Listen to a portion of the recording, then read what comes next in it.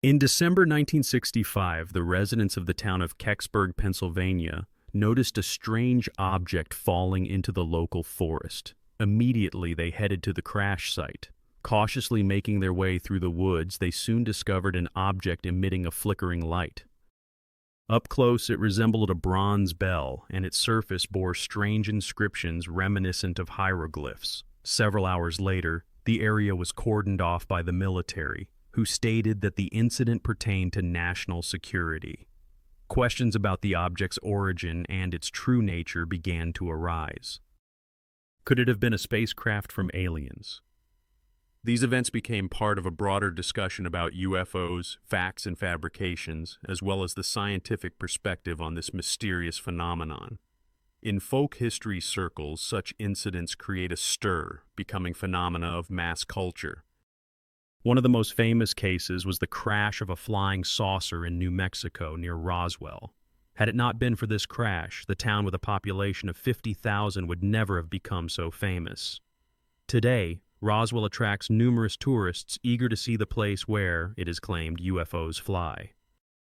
Every year in July, the townspeople celebrate the anniversary of this event, which many consider the event of the century. In July 1947, an object fell near Roswell. At that time, the base at Roswell was the only American nuclear base, and there were speculations that the military had discovered a flying saucer. Based on a press release from the military base regarding this incident, articles were published in newspapers. However, later the American Army recanted this statement, claiming that there had been a mistake. In reality, as the military stated, the object discovered turned out to be a weather balloon, not a flying saucer.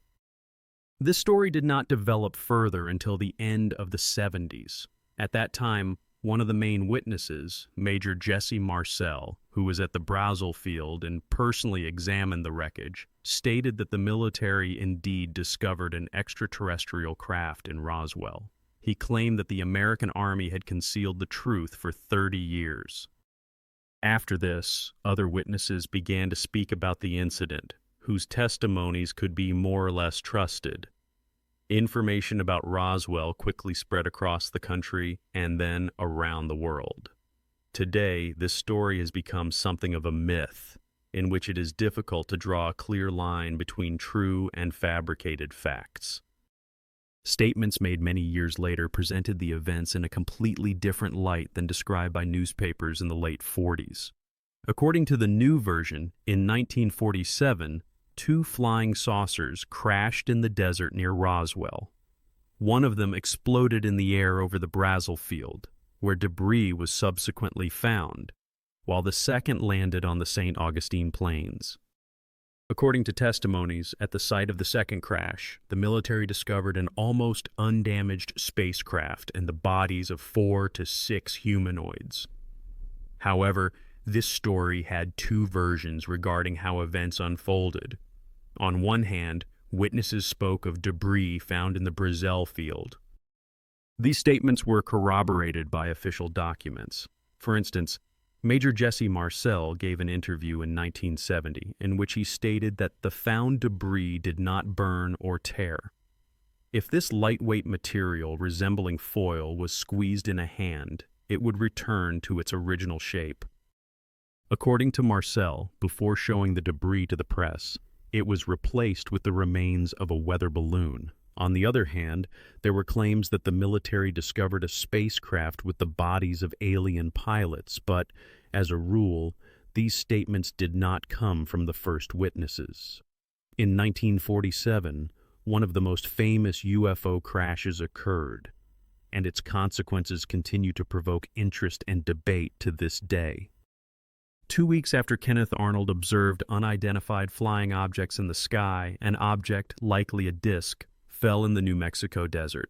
This happened near a secret military base where the atomic bomb was being developed.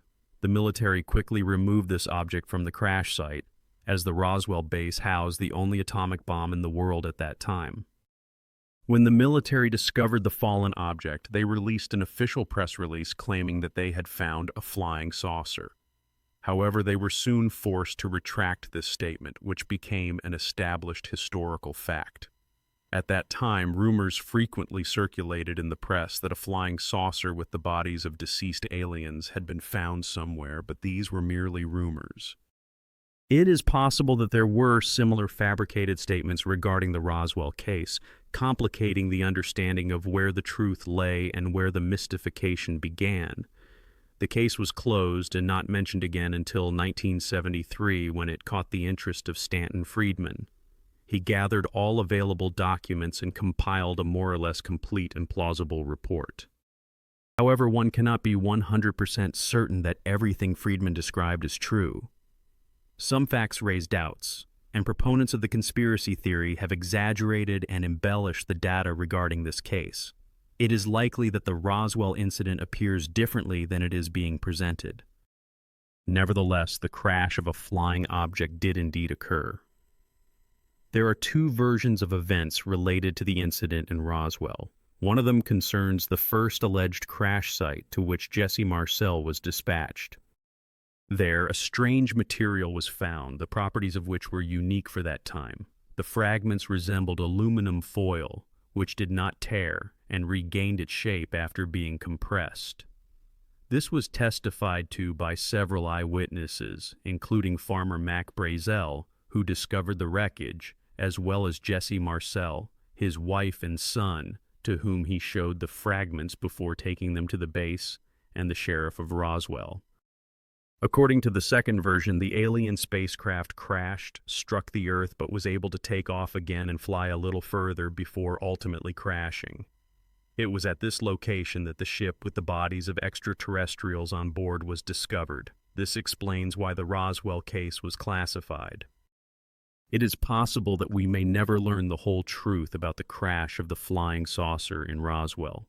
There is suspicion that the object that crashed in the desert was manufactured using technology that had no analogs either in America or in the Soviet Union. It is likely that an extraterrestrial object did indeed fall or land in Roswell. The explanation later provided by the military clearly does not account for what actually happened and seems implausible. Witnesses provided their testimonies, and it is unlikely that all of them were insane or concocting implausible facts. For example, Officer Exxon, who himself did not see either the wreckage or the bodies of the aliens, spoke of rumors that spread across the military base after the incident regarding a flying saucer and the bodies of aliens found in the desert. He also heard about the material with unique properties that was discovered. Who would think to test a parachute made of such material near a secret base? This seems an absurd assumption. Thus, it can be suggested that a flying saucer could indeed have crashed near Roswell. Similar crashes occurred both before and after 1947, and there is a number of evidences for this. In 1994, Stephen Schiff, a congressman from the state of New Mexico, decided to investigate the details of the Roswell incident. He contacted the command of the United States Air Force, but received a polite response that all necessary information could be found in the National Archives. However, in the archive, he was advised to contact the Air Force again. Not wanting to go in circles, Schiff turned to the commission that deals with citizens' complaints against government officials. As a result, the Air Force was ordered to grant him access to the archive. In July 1995, a report was published regarding the conducted investigation, which stated that some documents had either been lost or destroyed. However, the archive also contained papers related to secret projects that could shed light on the mystery of the incident in Roswell. When the Air Force opened access to its archive, they likely did not anticipate which specific documents would become public. Many years had passed, and no one really remembered that story anymore. When the documents were examined, conclusions were reached that ufologists had long been discussing. An unidentified object had indeed landed in Roswell. This was not a myth or mere rumors. The question was what kind of object it was.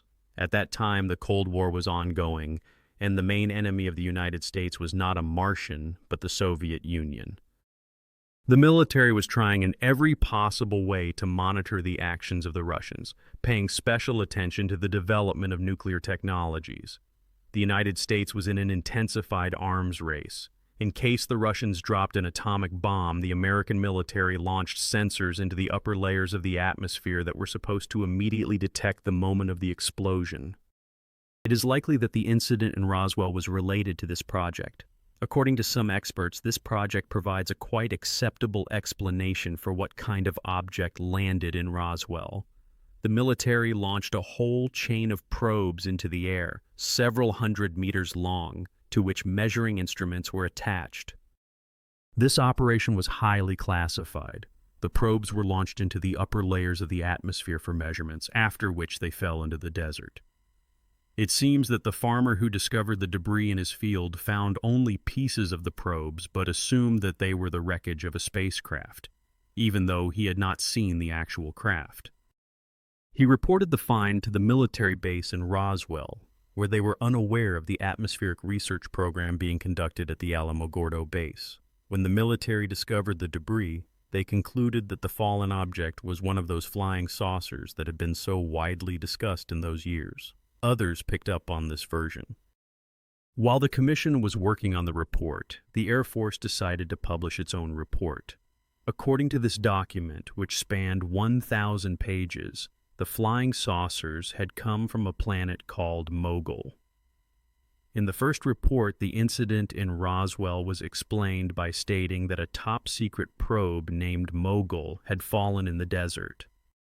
Such a project indeed existed in 1947 to 1948 and was created to determine the moment when the Soviet Union would detonate a nuclear bomb. Mogul probes were tested in various locations, including New Mexico, and often crashed. In 1995, the Air Force wrote a report explaining that it was merely a probe. The military admitted that after the incident, they had deliberately concealed the truth. The fallen object was not a weather balloon, but large probes that were used to detect the explosions of Russian atomic bombs. At that time, the operation was considered top secret. Although these probes proved to be of no benefit, their existence remained strictly classified. Therefore, the American military misled the press to hide the truth. The military investigated the Roswell case in 1995.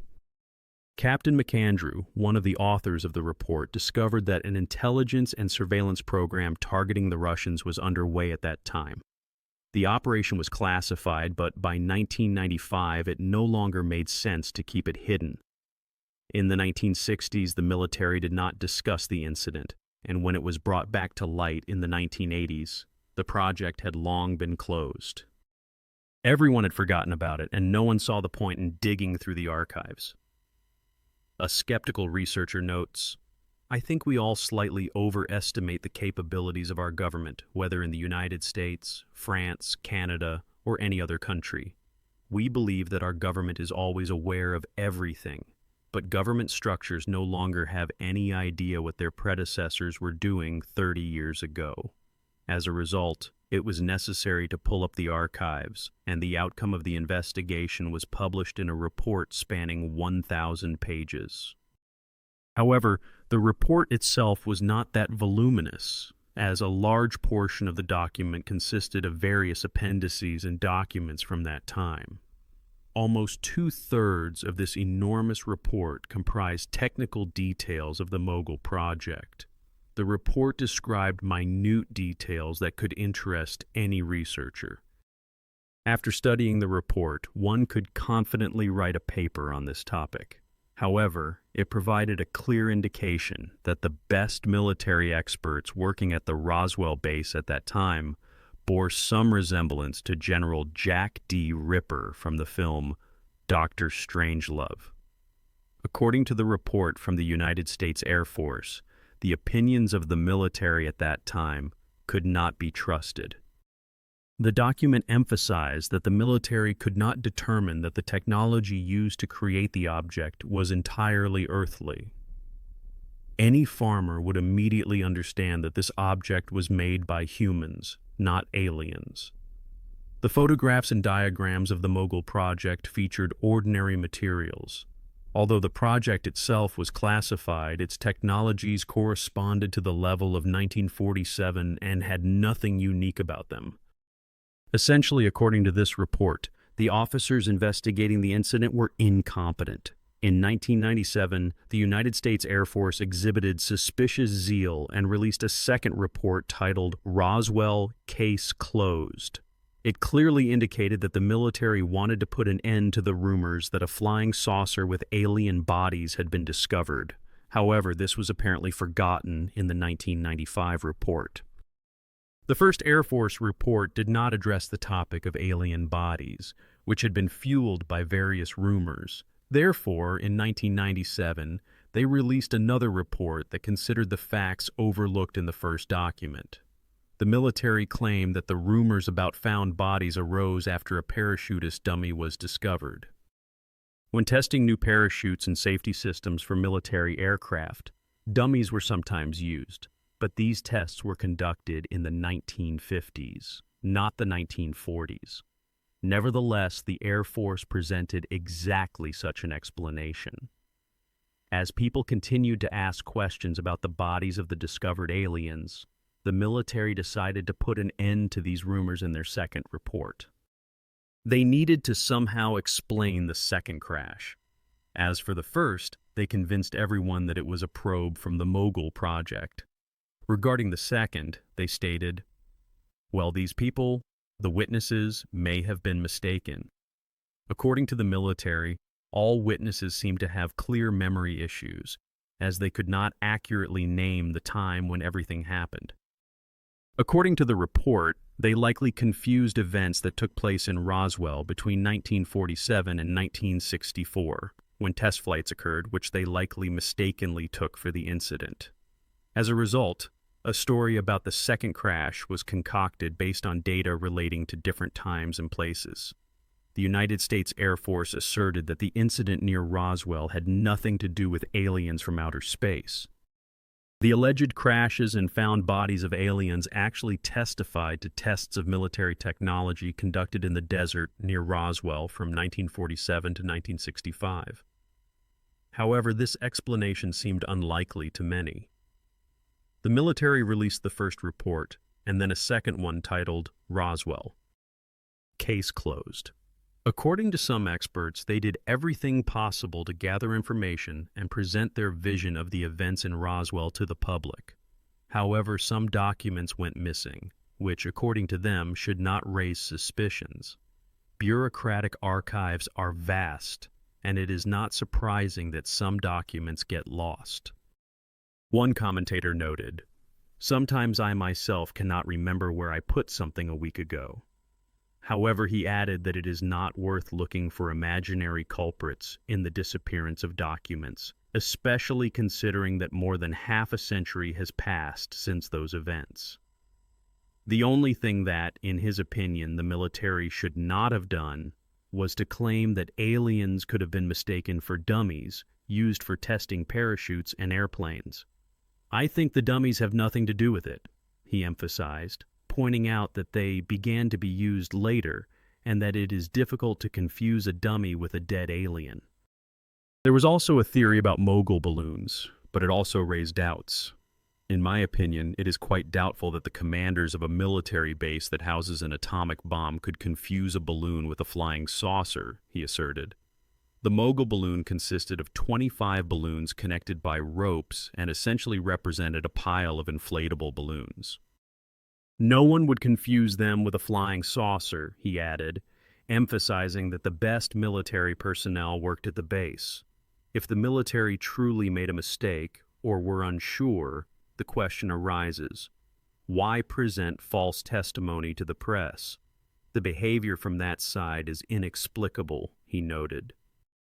If Colonel Blanchard indeed wrote the press release on his own initiative, he should have been severely punished. Yet his career turned out to be successful, and he rose to the rank of general. "Agree, there is no logic in this," he summarized. Furthermore, what about the statement from Jesse Marcel, who was one of the first to visit the crash site and claimed that the found debris was unique? He was accompanied by Sheridan Cavett, who worked in counterintelligence. In the United States Armed Forces, Cavett was interrogated, and their report contains a description of this interrogation spanning 30 pages. They tried to convince him that he had seen precisely a mogul balloon, but he stubbornly refused to change his testimony. Cavett stated that he knows very well what probes with transmitters look like, so he could not confuse them with what he saw at the scene, noted the commentator, emphasizing Cavett's insistence. Notice that there were 2 witnesses at the scene, and none of them confirmed that it was a probe from the Mogul project, as the military claimed, he added. In the reports on the Roswell case, the military asserted that the object discovered was not a flying saucer. They could not keep silent about this story, no matter how much they wanted to, he noted, emphasizing that he himself tends to hold a different viewpoint. Nevertheless, he believes that the government sincerely shares the military's opinion, although this did not define their perspective. As is known, the reports from 1995 and 1997 were far from truthful, he added. But the government tells people what it deems necessary, and it cannot be blamed for that. The authorities are primarily concerned with preventing panic in society. If they had stated that a flying saucer was indeed found in Roswell, it would have had very sad consequences, he concluded, imagining what could happen if panic broke out in such a large city as New York. How did it happen on that day when Orson Welles' radio adaptation of The War of the Worlds aired? At that moment, the government released a report to gauge the public's reaction. There are suggestions that the military conducts similar studies to understand how people react to information about UFOs. In 1951, an incident occurred that also raised questions, but according to some experts, the government is not striving to control society. Rather, they are trying to prevent the situation from spiraling out of control. Nevertheless, the military's conclusions seem weak. They did not take into account the testimonies of the witnesses who were the first to arrive at the scene, and instead carefully selected facts that supported their version. However, even this evidence can be easily disputed. One such example is the photograph that allegedly shows the wreckage of the Mogul probe. This photograph was published in one of the local newspapers in Roswell in 1947. Nevertheless, Jesse Marcel claims that they actually discovered an entirely different material. The version that the military found the wreckage of the probe is supported only by this photograph, and there is no compelling evidence that the Mogul probe was indeed launched in the Roswell area at that time. The United States Air Force was compelled to write reports as society demanded clarifications, which led to the creation of the report of 1997. Ufologists accuse the military of refusing to seek witnesses of the Roswell incident, but the ufologists themselves are not without sin. There are numerous questionable testimonies that they accept at face value. One such witness is Glenn Dennis, who in 1947 worked as an assistant at the Roswell funeral home. According to him, in early July, the military called him and asked if he had any small plastic bags for transporting the bodies of children. He replied that he did not have such bags. On the same day, Dennis went to the military base and saw a strange flying machine on a truck. The next day, he met a nurse who claimed that she had assisted the military in conducting autopsies on the bodies of aliens. However, this account raises doubts. If the military had indeed discovered the bodies of aliens, they would hardly have turned to a funeral home for body bags. If such an incredible operation were taking place at the base, it is unlikely that the military would have allowed a civilian onto the territory of a secret base. And of course, they would not have displayed a truck with a flying saucer for public view. As for the nurse's story, Dennis proposed a new version of her fate each time. At first, he said that she died of cancer, then that she was killed in a plane crash, and finally that she died in her sleep at a military base in England. Despite the implausibility of Dennis's testimony, almost all books about the Roswell incident are based on his account or on other equally dubious testimonies. While accusing the military of concealing the truth, ufologists have not advanced in their research toward the truth. It is evident that all existing material evidence, starting from the film footage of the alien autopsy and ending with the remains of the flying saucer, has been clearly fabricated. The Roswell incident became so well known that people sometimes believe that nothing like it has occurred anywhere else in the world. However, in reality, similar events happened both in 1947 and later. In the book Behind the Flying Saucers, published in 1950, Frank Scully describes rumors of an unusual flying object and beings that crashed near the town of Aztec, New Mexico. Today, it is known that this information was received by the author from fraudsters, but this does not diminish the interest in the incident at Aztec, which is still actively discussed by ufologists. The incident in Roswell is associated with numerous rumors about the crash of a flying saucer near Aztec in the state of New Mexico. There are three possible explanations for this event. First, it could have been another flying saucer. Second, it could have been the same saucer that crashed near Roswell. Perhaps it encountered problems near Aztec but managed to reach Roswell and ultimately crash there. The third version, according to experts, is the most likely. It is known that a certain object did indeed crash near Roswell. It could have been a disk that was launched into the upper layers of the atmosphere for research purposes 10 years before the launch of the first satellite. However, if an unusual object did indeed crash in Roswell, then the incident at Aztec was clearly a hoax. It was reported in local newspapers and discussed on local radio. More than 50 years have passed since then, and today it is difficult to say whether it was true or a fabrication. If there are so many contradictory testimonies regarding the Roswell case, then perhaps we will never know the truth. On the 9th of December 1965, an unusual object landed in the forest near Kecksburg, which is located 200 kilometers from Pittsburgh. After its crash, several volunteers, including firefighters, went into the woods to inspect it. They discovered an object shaped like a bell, the size of a small car. Soon, military personnel arrived at the scene, who advised the witnesses to keep quiet about what they had seen. Under the cover of night, the spacecraft was transported to a secret base. Just like in Roswell, an object undoubtedly landed in Kecksburg. Some local residents are convinced that it was an alien spacecraft, while the military claims it was merely a meteorite. In this case, there were witnesses, including firefighters, who personally saw the object. Thus, this is not about rumors. The eyewitness accounts of the incident near Kecksburg sounded quite plausible. An unusual object fell from the sky, it was discovered, and then taken away somewhere. It could have been a module from a Soviet space station or something else. Judging by the descriptions of the eyewitnesses, even if it was made in the Soviet Union, it looked quite unusual. It cannot be denied that a certain strange object was indeed discovered near Kecksburg. Incidents involving UFOs occur not only in the United States. On the 4th of October 1967, the crew of a Canadian Airlines plane noticed a group of bright objects flying at an altitude of 3,500 kilometers. Suddenly, 2 explosions were heard, and the group of flying objects dispersed. One of the objects detached and moved in the direction of Nova Scotia. The author of the book, Dark Object, recounts the fall of an unidentified flying object near the coast of Nova Scotia in 1967. The night from the 3rd to the 4th of October was moonless, and the sky was clear. Local residents saw a beam of light extending 20 meters in one direction.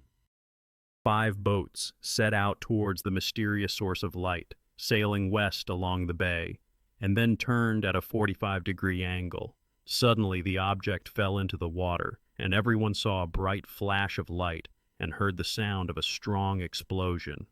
People called the police, but no one even thought at that time that it was a UFO. They reported seeing an airplane fall into the water and that it was necessary to rescue its passengers. A police unit of 5 rushed to help. When they reached the shore, they saw a bright column of light rising above the water's surface, approximately 4 meters high. The police took out binoculars and saw that a trail less than 1 kilometer long and 30 meters wide extended from the place of the fall. Sparks appeared in the air as local residents who had set out to sea in boats tried to approach the site of the mysterious object's fall. However, it disappeared underwater before they could reach it. Bubbles began to appear on the water's surface, and a strong smell of sulfur was felt in the area where the object had struck. If it had been an airplane, rescuers would have had to act quickly to save its crew and passengers. Rescue boats arrived at the scene of the tragedy but found neither wreckage nor bodies. Searches were conducted by both police and military personnel from nearby bases. It was clear to everyone that it was not an airplane that had fallen into the water. Soon, a decision was made to investigate the bottom in the area of the fall. The search continued until Monday, after which it was called off. The military did not state that they had failed to find the UFO. They simply reported that they found nothing. Nevertheless, some local residents claimed that something had indeed been recovered from the water, which is supported by a number of documents. Essentially, all of this was supposed to end up in some military laboratory, but officially the military announced that the searches yielded no results. This incident was forgotten until the beginning of the 21st century. At that time, ufologist Chris Stiles decided to find the official documents of that investigation. His search attracted the attention of the producers of the American series Paranormal Phenomena. In 1995, they sponsored another underwater search. This time, the equipment was modern and the divers could stay underwater much longer. The area being explored covered a section where an unidentified flying object was supposedly submerged. Navy divers and volunteers searched the area for several days, convinced that there was something underwater. The Flight Control Center confirmed that on October 4, 1967, no plane crashes were recorded. All departing planes returned to the airport.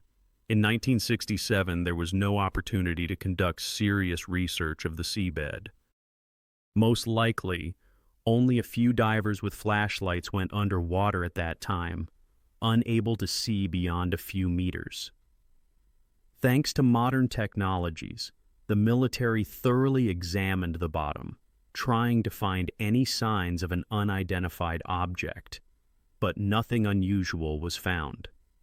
If there was indeed some unidentified flying object, then in this shallow bay it could not have vanished without a trace. But where did it go? This remains a mystery. If the incident in the Shek Bay remains unexplained, then other stories about the crash of Honolulu may turn out to be blatant fabrications, invented by enterprising individuals for profit. In the summer of 1989, ufologists learned that a mysterious flying object had crashed in the Kalahari Desert in South Africa, near the border with Botswana. A report from the South African Air Force dated May 7, 1989, stated that the military, using an experimental model of laser weaponry, shot down an unidentified flying object. They then captured 2 humanoids who attempted to resist. The aliens were transported to an Air Force base located in Pretoria, and then, for unknown reasons, the humanoids were flown to the United States. The last known location of their stay was the Wright-Patterson Air Force Base in Dayton, Ohio. One of the alleged UFO crashes that occurred outside of America happened in South Africa, in the Kalahari Desert. One of the ufologists, Cinti Height, who personally investigated this case, came to the conclusion that it was a clear fabrication. Unfortunately, Cinti is no longer with us. She believed that behind the story of this crash were con artists who decided to profit from this highly sought-after topic. But what were the true intentions of these people? This can only be speculated. I cannot provide a detailed account of what Cinti was able to find, as I did not participate in this investigation. Trust in Cinti Height is beyond doubt. She sincerely believed in the UFO phenomenon and was convinced that we are indeed visited by emissaries from other planets. This belief was much stronger in her than in many skeptics. However, even her presented evidence could not convince anyone that a flying saucer had crashed in the Kalahari. Although he did not have serious information on this matter, he tends to agree with Cinti's conclusions. she uncovered several suspicious facts. For example, the so-called official report was written in English, rather than in the official language of Pretoria, which already raised questions. Furthermore, she found it strange that the report contained many spelling errors. Moreover, it mentioned the title Major of Aviation, which does not exist in the South African Army. This title exists only in the British Royal Air Force. Additionally, this document was presented to the public by the notorious con artist James Van Gruning. There have been many books written about the crash of Hanel, but they all suffer from the inability to provide tangible evidence. If flying saucers truly fell to our planet, then where are they? Perhaps they are lost among thousands of other crates in warehouses, like in the famous film Raiders of the Lost Ark?